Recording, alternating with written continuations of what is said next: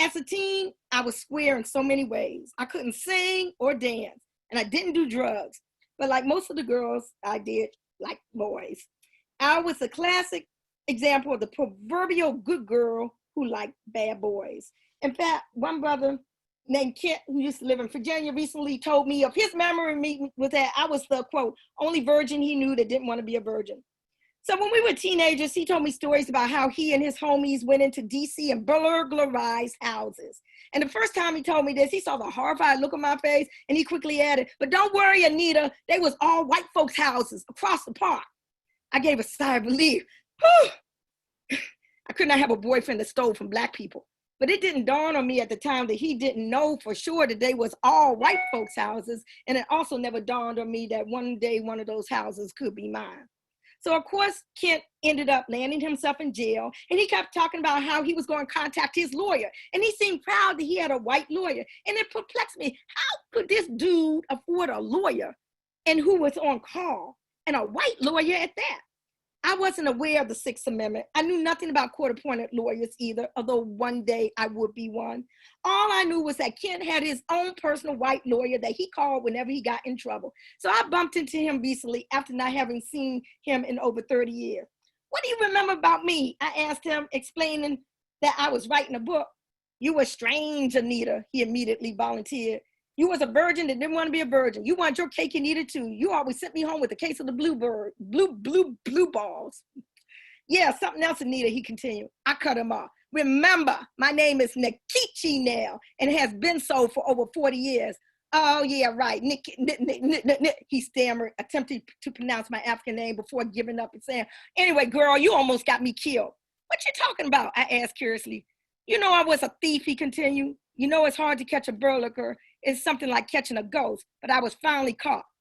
Good, I'm thinking, before you burglarize my Chevy Chase home with this pretty manicured lawn. So how did I almost get you killed? I've become quite curious now. Well, I was at Southampton Prison in Virginia. I was 18 years old. I was down there when Nat Turner killed all them folk. The area was like KKK. You used to write me crazy letters, and they was reading my mail, you know. They censored everyone's mail, and you always ended your letters with I really thought Ken had gone off the deep end. Slow down, dude. I can't understand what you're saying. He repeated the word, but emphasizing different syllables.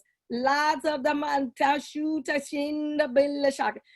Oh my goodness. Are you trying to say lots of matuta tashinda bilashaka? I asked in amazement, and Kent nodded in belief. We will conquer without a doubt. We both burst out excitingly, laughing in unison. Dang, I ain't said that in years, I mused nostalgically. No, decades. I remember I used to end all my letters back then with that Kiswahili phrase. They used to call me the young militant, Kent continued. I told them, hey, look, y'all trying to break me, but it ain't happening. I got into a fight with a white guy at the time. It almost turned into a mini riot. I had court-appointed lawyers, Kent continued, but once they asked about any prior criminal history, I was ruined.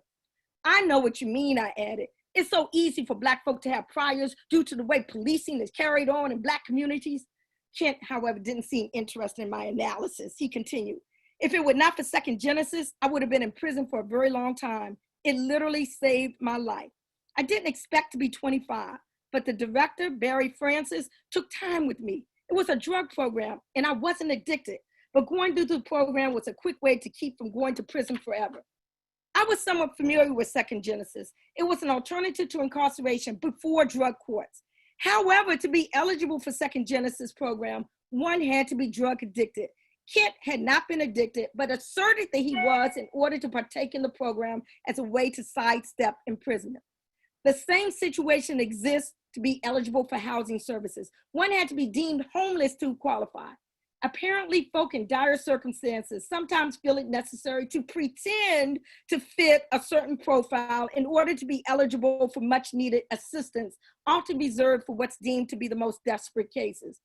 But should one have to pretend to have a drug problem to get out of going to prison, or be considered homeless to receive housing services? Policies such as these were woefully misguided, in my opinion, and my desire to support reentry services for people convicted of crimes will punctuate my work in the future.